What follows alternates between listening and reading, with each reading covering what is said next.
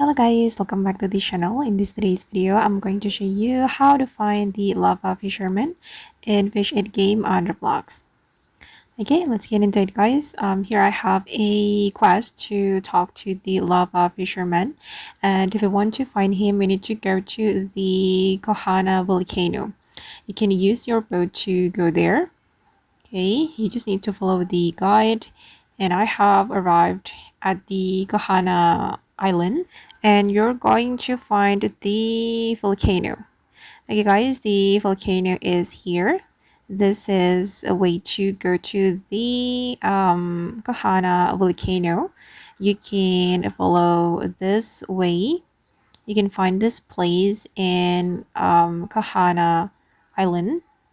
Okay, and this is the Kohana volcano. And here you can talk to the lava fisherman. Make sure that you do not fall or you will die and you'll be back to the fisherman island. Okay, and I'm going to talk to him to finish my quest.